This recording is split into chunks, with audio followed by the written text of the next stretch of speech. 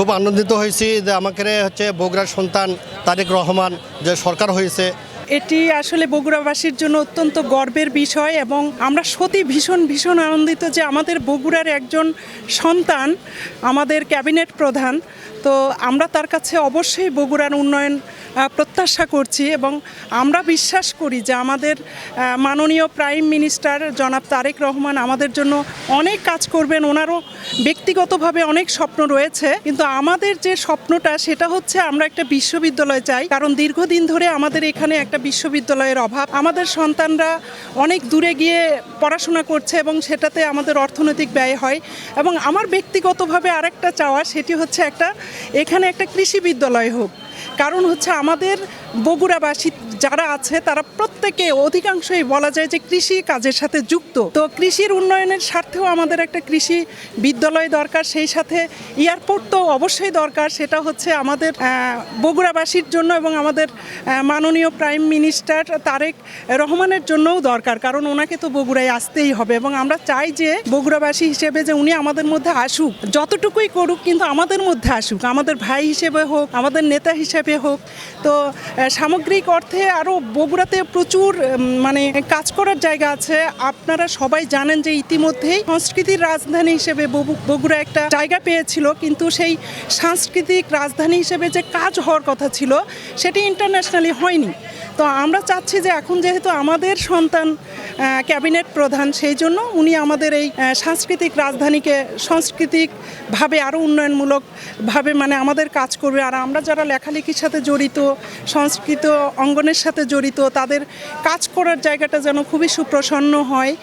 আর এমনিতেই হচ্ছে আমাদের দেশে তো যতগুলি কাজ আছে তার মধ্যে এইটা সকলেই বলবে যে আমাদের বগুড়াতে যানজট সমস্যা, সেটি দূরীকরণের জন্য আমার মনে হয় আমাদের রাস্তাগুলির কাজ করা খুবই জরুরি। সেটি আমাদের হবে আশা করছি আর কি।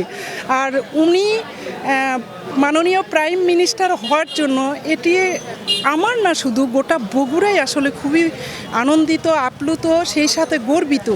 খুব আনন্দিত হয়েছি যে আমাকে হচ্ছে বগুড়ার সন্তান তারেক রহমান যে সরকার হয়েছে। আমরা সারা বাংলাদেশের মানুষ সবাই তাকে হচ্ছে ভোট দেয়া জয়যুক্ত করছি। তে আমার সমান আনন্দ আজকের মতন ছাড়া কোনো দিন না আর হয়নি মনে হয়। গত 17 বছর খুব কষ্ট ছিলাম আমরা, আলিম ওলামা, দেশের মানুষ সবাই কষ্ট ছিলাম। তো বিশেষ করে আমি বলি যে বগুড়ার মানুষ আমরা বগুড়ার মানুষ তারেক রহমান পাই আমরা সবচেয়ে বেশি আনন্দিত হচ্ছে। আমার জীবন লাইফে আমি বেশি আনন্দিত হয়েছি এবং আমি আশা করব সারা বাংলাদেশের আমাকে হচ্ছে প্রধানমন্ত্রী তারেক রহমান আমাকে সারা বাংলাদেশের সব জেলারই সব মানুষের তাদের দুঃখ কষ্টর পাশে থাকবে, বিশেষ করে আমাকে বগুড়া জেলার থাকবে। আমরা এটা আশা করি।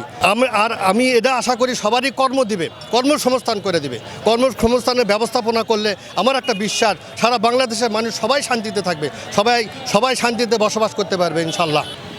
আমরা দীর্ঘদিন অনেক অন্যায়, অত্যাচার, জুলুম, নির্যাতনের মধ্যে ছিলাম।